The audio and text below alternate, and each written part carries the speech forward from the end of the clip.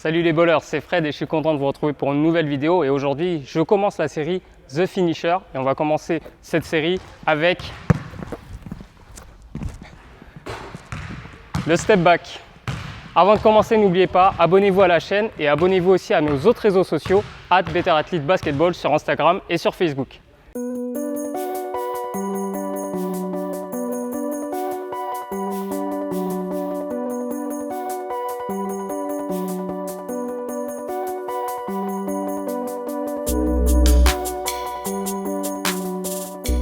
Le step back, c'est quoi? C'est tout simplement, comme son nom l'indique, un pas en arrière. Mais ce pas, vous n'allez pas le faire n'importe comment, je vais vous expliquer comment le faire juste après. Concrètement, le step back, ça sert à se créer de l'espace quand il n'y en a pas. Donc en faisant ce mouvement vers l'arrière, on crée une séparation entre le défenseur et soi-même pour avoir un shoot libre, un shoot ouvert tout simplement. Donc là, maintenant, je vais vous montrer comment faire un step back.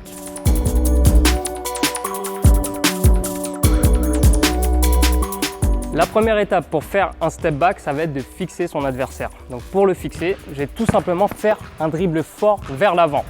Pourquoi je vais faire ce premier dribble fort vers l'avant? Justement pour forcer le défenseur à reculer. Et quand un défenseur recule, c'est là où il est vulnérable.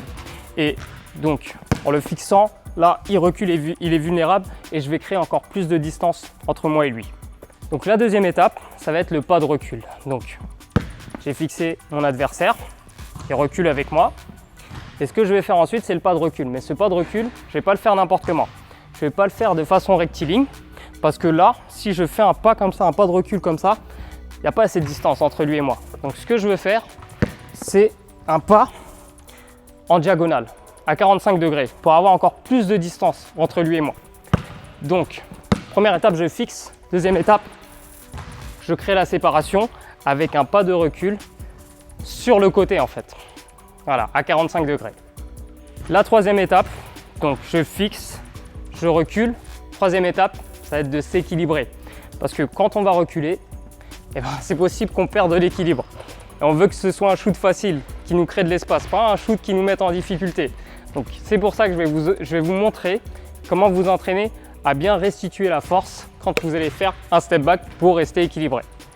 Et la quatrième étape, ça va être de shooter, tout simplement. Donc je fixe, le pas de recul, équilibre, et je relâche, tout simplement. Mais je vais vous montrer comment vous entraîner maintenant. Donc là, on va commencer à s'entraîner à faire un step back sans tirer. Donc là, je vais garder le ballon à la main, mais je vais faire le mouvement juste pour vous expliquer comment restituer la force. Donc, je l'ai dit, la première étape, c'est de fixer. Donc quand je fixe, moi je préfère partir en plus départ croisé. Pour un droitier, c'est plus facile.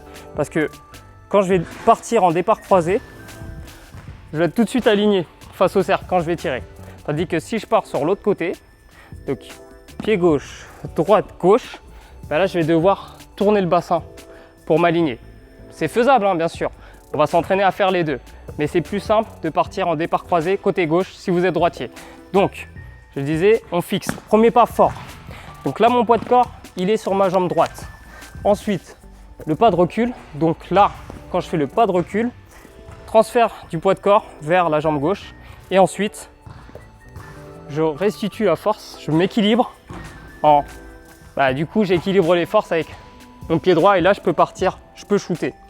Si vous faites votre step back, poids de corps, pied droit et tout pied gauche, après, c'est impossible. Vous déséquilibrez. Donc, au départ, vous allez vous entraîner juste à faire ce transfert de poids. Donc, droite, gauche, droite. Ok? Vous allez le faire 10 fois de suite. Droite, gauche, droite. Ok. De plus en plus intensément. Hop, hop. Ok. Hop, hop. Ok. Hop. Ok.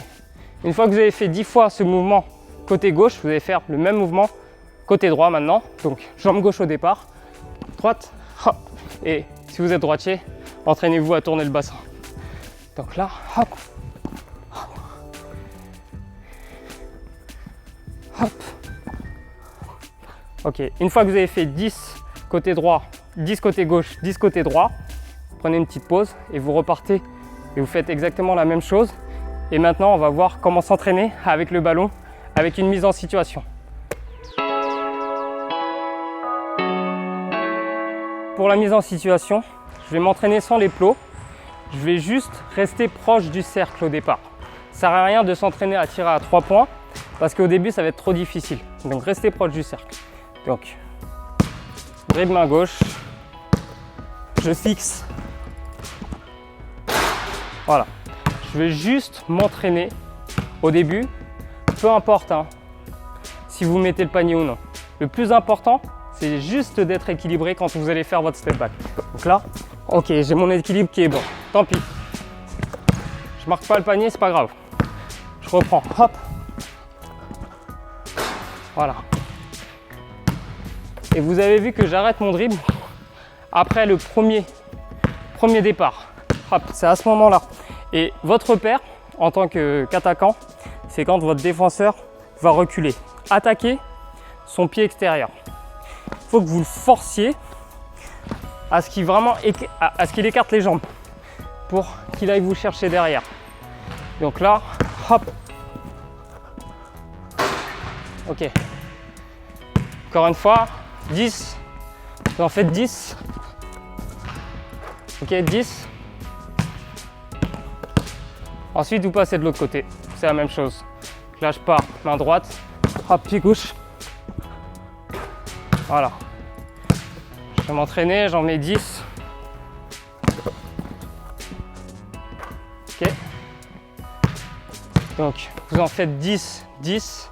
Et ensuite, vous allez vous reculer au fur et à mesure pour que ce soit de plus en plus difficile. Donc, au fur et à mesure, quand vous allez vous reculer, vous allez le faire de plus en plus instinctivement. Et ce qu'il faut rechercher, c'est ça.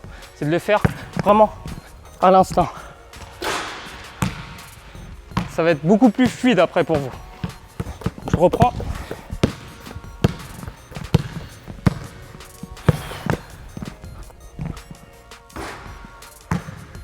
Voilà. Je m'entraîne encore 10 du côté gauche, 10 du côté droit.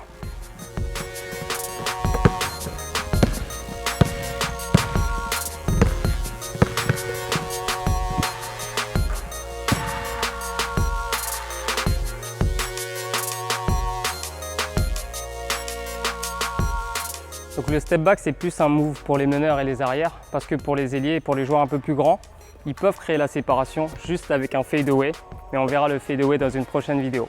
Si vous avez aimé cette vidéo, pensez à liker, pensez à commenter et pensez également à vous abonner à la chaîne, activer les notifications et suivez-nous aussi sur les autres réseaux sociaux @BetterAthleteBasketball.